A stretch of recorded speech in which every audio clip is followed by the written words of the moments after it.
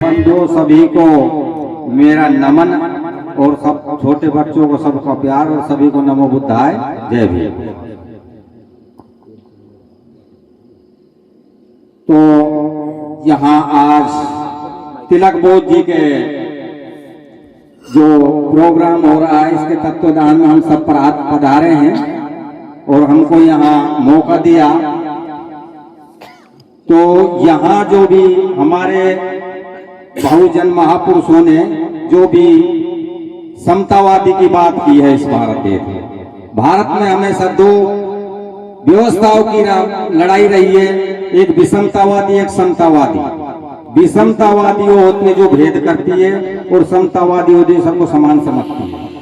समानता में हमारे जितने भी ऊपर से नीचे तक उठा के देख लो, सभी महापुरुष हुए, संत हुए, चाहे हमारे संत सम्राट कबीर हुए, चाहे रविदास हुए, चाहे और भी महापुरुष हुए हैं, बुद्ध से लेकर आज तक जो भी जिन्होंने सबने समतावादी की बात की है कि सब समान है, इस भारत में सबको समानता मिले और सबको करुणा मैत्री बंधुता भाईचारा न्याय के सिद्धांत मानते हुए मानव सबको सच्चा और अच्छा मानव बनकर इस जीवन यापन करे। लेकिन हमारे तथागत बुद्ध ने एक श्रेष्ठ जीवन कैसे हो मनुष्य का, और उसके अनुसार ही हमारे जो ये संत महापुरुषों सबने वही लाइन पकड़ी है, लेकिन तरीका बदल दिया किसों ने शब्दों के द्वारा। और जो हमारे यहाँ जो साहेब कबीर के होते हैं उनको प्रवचन नहीं बोला जाता है, जैसा मैं मानना वो उपदेश है उनके, ये भाषा में उपदेश है उनके। प्रवचन तो एक दूसरे की चुरा के चीज को लाना उनको कहना है, ये चुरा के चीज नहीं लाई है। तो हमारे साहेब ने उपदेश दिए हैं जो मानव जीवन कल्याण के लिए किस तरह कल्याण हो।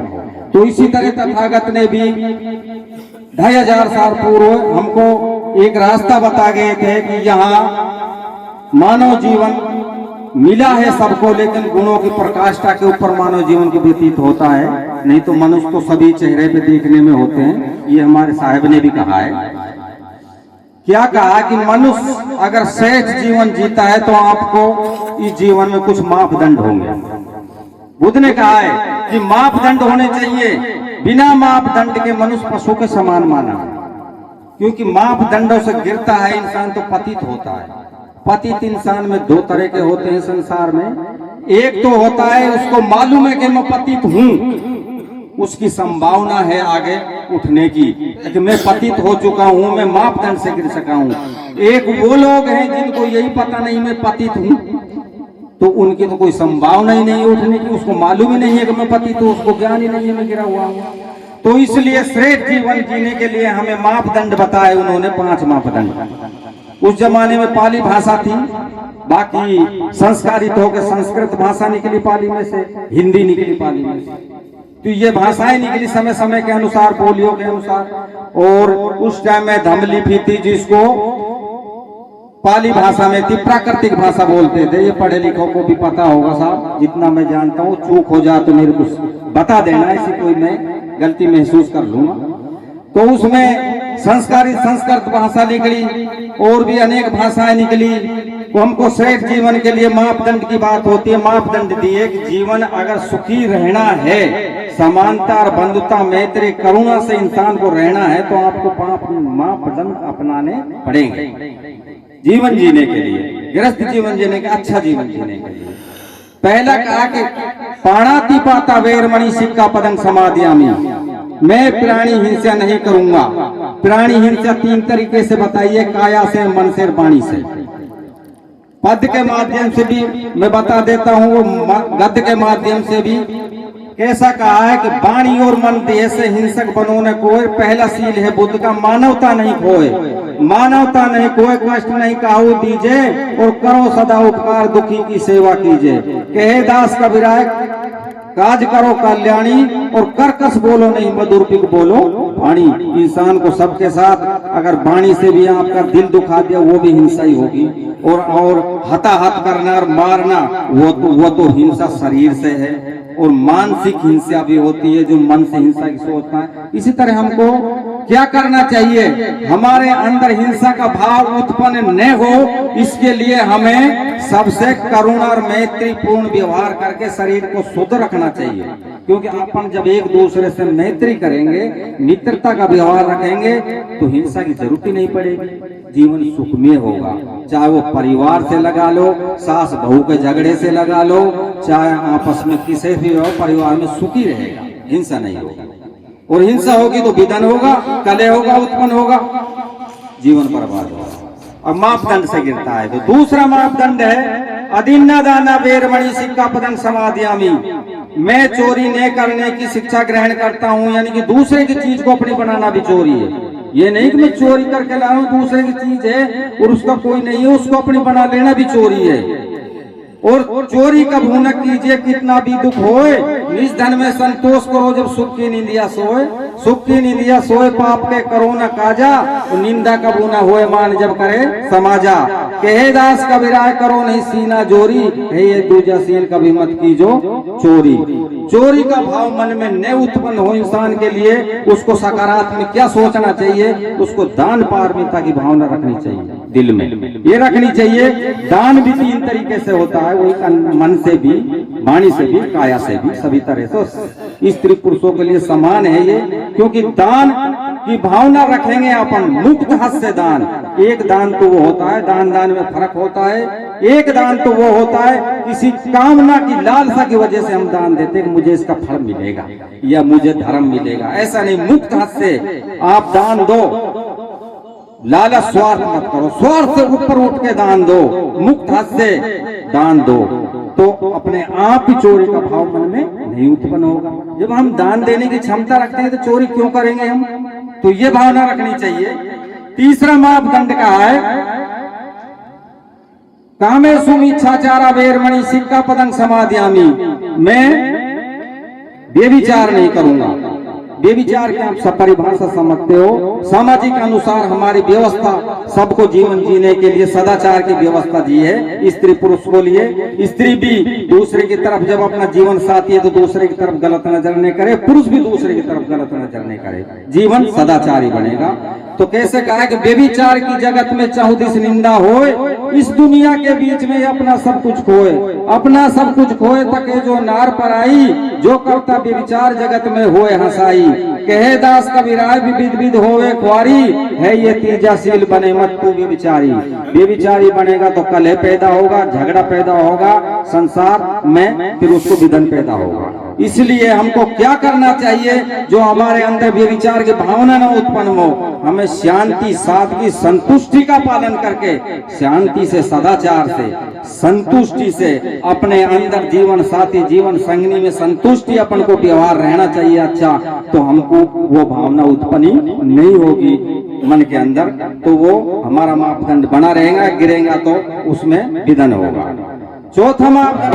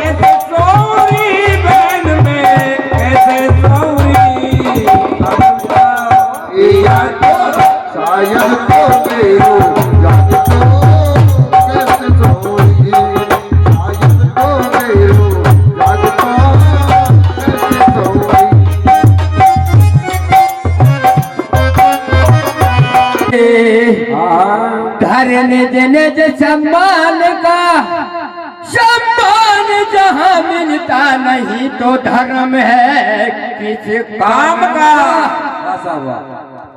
अरे बाबा के उपदेश से बिनाया प्योर हरियाणी बाबा के उपदेश से बिनाया होगा कभी सुधार नहीं। धर्म का ढोल बिगड़ा होगा कभी सुधार नहीं। होगा मेरा सुधार नहीं। बाबा के उपदेश से बिनाया बाबा के उपदेश से बिनाया होगा कभी सुधार नहीं। क्या धर्म कर ढोल बिगड़ा होगा कभी सुधार नहीं। जाति वाले का ढोल पिटरा वो तेरा उतार नहीं। जाति वाले का ढोल पिटरा वो तेरा उतार नहीं।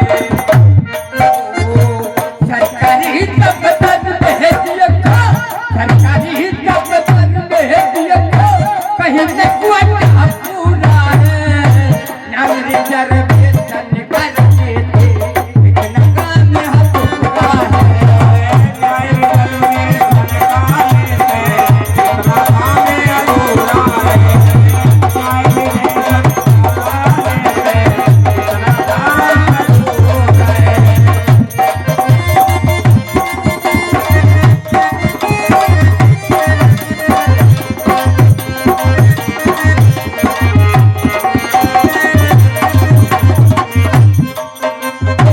सरकारी दफ्तर भेजिए को सरकारी दफ्तर भेजिए को कहीं न कोटा पूरा है। नाम रिजर्वेशन कर देते इतना काम अधूरा है। नाम रिजर्वेशन का लेते इतना काम अधूरा है। या दलितों की संख्या ज्यादा या दलितों की संख्या ज्यादा धंधे और रोजगार नहीं। बाबा के उपदेश से बिनाया होगा कभी सुधार नहीं। बाबा के उपदेश से बिनाया होगा कभी सुधार नहीं। अरे होगा कभी सुधार नहीं भाई। होगा कभी सुधार नहीं। होगा कभी सुधार नहीं भैया। होगा कभी सुधार नहीं।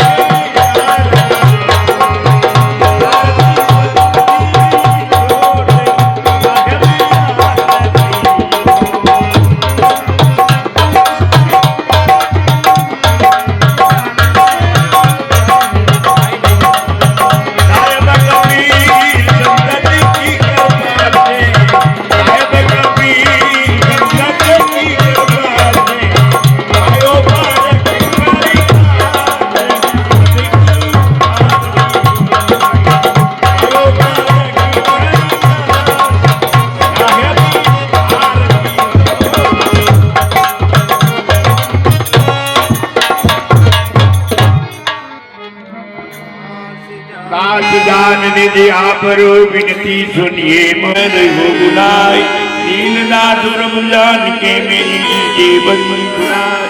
मम दृष्टि मां मलिन है कानी बानी के बीच, दया करो गुरुबोध दे में अदम अतिनी। काल जाल बहु फेर में पड़ियो निपट गवार, शरण आए की लाज ने सतगुरु लीजे उबार। मन वचन कर्म गुरु साधु से टूटे नाम हमने, बंदी छोड़िए दीजिए वरदान सदा अच्छे। साहिब के दरबार में कमी काम की ना, बंदा मोह पावे नहीं चूक सागरी ना गुरु